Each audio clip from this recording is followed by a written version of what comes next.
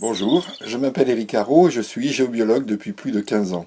En géobiologie, nous connaissons tous les réseaux Hartmann, redécouverts par le docteur Hartmann qui a donné son nom à ces réseaux. On considère que ces réseaux sont des bandes du magnétisme terrestre d'une vingtaine de centimètres de large, disposées, de façon théorique en tout cas, en rectangle de 2,50 m sur 2 mètres.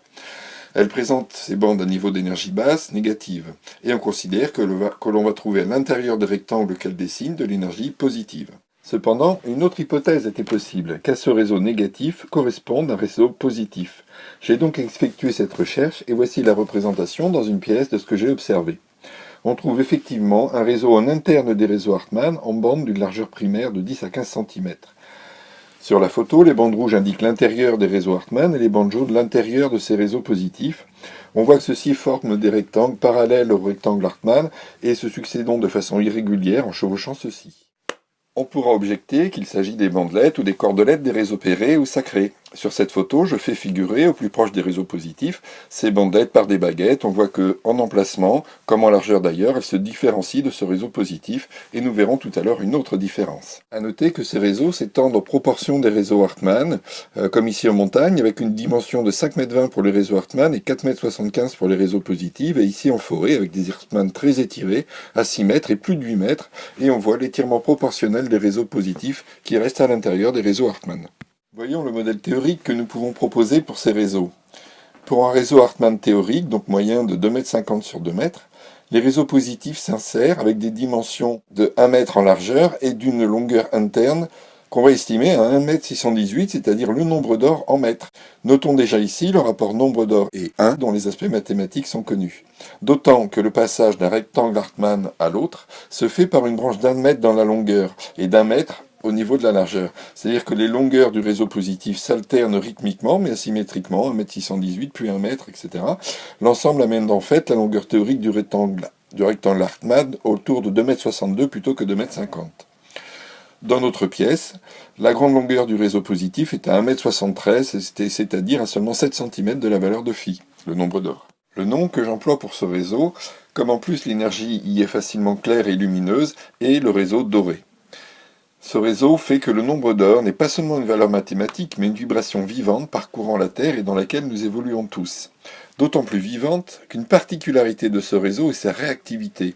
Il réagit aux informations négatives ou positives, aux mémoires, voyons ici en forêt. Dès que l'énergie monte en positivité, il va s'étendre. Exemple, si je lui envoie un mantra positif, comme Iyum par exemple, Iyum, Iyum, Iyum, Iyum, voilà. Là, il est passé ici, c'est environ 50-55 cm, sans que ça affecte le réseau Hartmann. Si je prends le même mantra Yu, mais que je l'affecte au réseau Grand Sacré, aux bandes du réseau Grand Sacré, Yu, ça affecte pas le réseau sacré. Il y reste imperméable. Pareil pour la bande du réseau Péré ici. Le réseau Péré va passer à 3 mètres là-bas. Réseau Péré, si je fais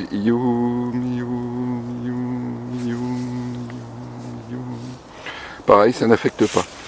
Le réseau doré, lui, par contre, est resté encore là, d'une cinquantaine à une soixantaine de centimètres.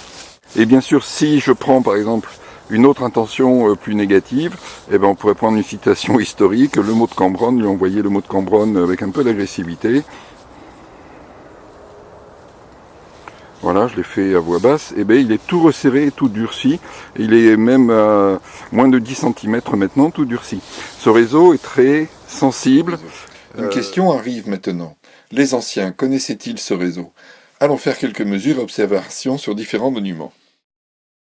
Voici d'abord un cromlech, un cercle de pierre du Pays Basque. Ils sont apparus moins 3000, moins 2500 avant Jésus-Christ. Alors que les réseaux Hartmann sont écartés de plus de 6 mètres de part et d'autre de la circonférence, les réseaux dorés sont resserrés pour que l'on compte 5 à 6 réseaux en direction nord-sud et 4 à 5 en direction est-ouest. Les réseaux passent très près des pierres de la circonférence, ce qui fait que sous l'influence de la ou des cheminées cosmotelluriques, ici il y en a 3, ils se dilatent pour venir faire tourner l'énergie en cercle dans ces pierres, et ainsi amener une illumination complexe de tout le cromlech. À noter que ces réseaux peuvent être réutilisés dans des cromlechs voisins et adjacents, installés en ligne, en étant incurvés de leurs axes cardinaux. Alors ça peut être un choix pragmatique, mais on peut aussi penser à une volonté de créer une solidarité vibratoire entre cromlechs d'époques différentes. Ces utilisations des réseaux dorés, je vous ai montré en montagne tout à l'heure que les réseaux dorés pouvaient être écartés de plus de 4 mètres. Ici, ils sont serrés à moins d'1 mètre les uns des autres. Ça montre une intention compétente. Ces réseaux sont bien connus par les anciens. Voici maintenant des observations dans une église romane, puis une cathédrale. Donc ici, à l'entrée de l'église de Saubion, on va trouver un premier réseau doré qui va encadrer le mur. Il est ici, là. Et quand on rentre à l'intérieur, il y aura un autre réseau doré, ici. Donc le mur en entier est encadré de part et d'autre par un réseau doré. Ici et là, il est pris en sandwich, si on peut dire, ici. Au niveau du mur du fond, le réseau doré est ici. Donc l'église est complètement tapissée par un réseau doré.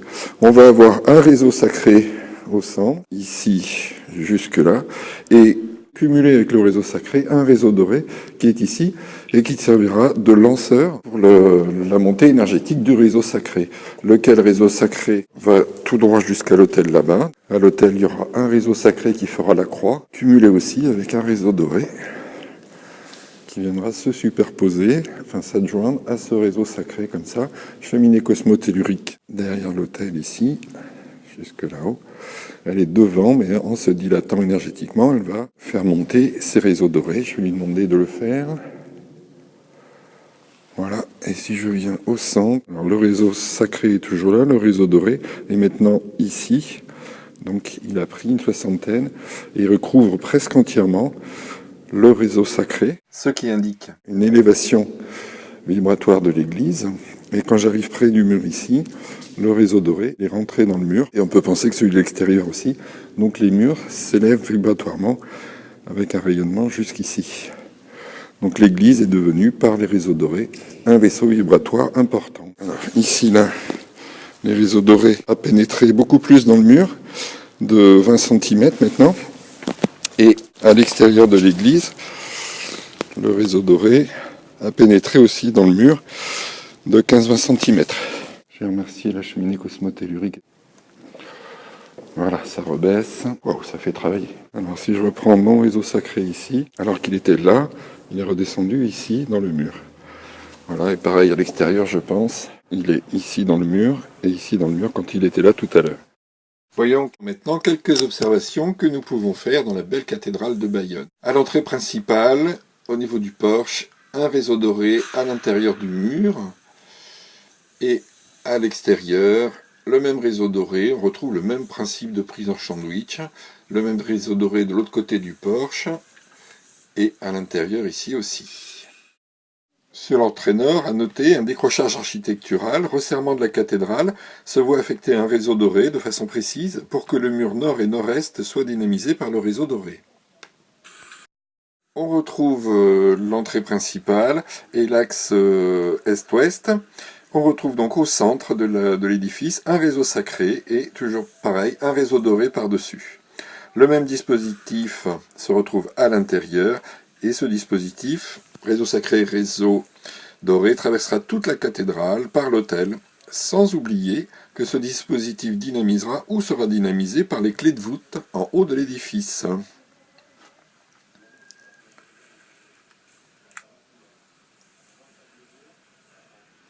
Sur l'axe nord-sud, maintenant, même mesure, réseau sacré, doublé d'un réseau doré, qui traverseront l'édifice pour en constituer la croix énergétique et se trouver au niveau de la cheminée cosmotellurique, près de l'autel, qui, elle, lancera la dynamisation de la cathédrale pendant les cérémonies, du moins c'était l'intention originelle. J'espère avoir montré l'importance énergétique de ces réseaux dorés dans la géobiologie sacrée. Bien sûr, il y a encore beaucoup de choses à redécouvrir. En conclusion, nous avons vu que le réseau doré est un réseau vivant qui nous amène vers le sacré. Il porte la vibration du nombre d'or qu'il répand partout dans la nature. Il est intéressant d'ailleurs de le voir réagir à des musiques baroques douces qui sont constituées par des notes et des accords basés sur ce nombre d'or. Si les réseaux magnétiques de la Terre sont liés aux métaux en fusion dans le magma terrestre, j'ai tendance à penser que le réseau doré est en rapport avec la silice, le silicium, et par conséquent avec les minéraux qui en contiennent, les quartz et cristaux, et aussi avec toute vie puisque nous avons beaucoup de silice dans le corps. La sensibilité des réseaux dorés nous invite à la responsabilité vis-à-vis de nos émissions vibratoires, c'est-à-dire de nos attitudes, nos émotions, nos intentions, qui se ressentent très vite dans ce réseau.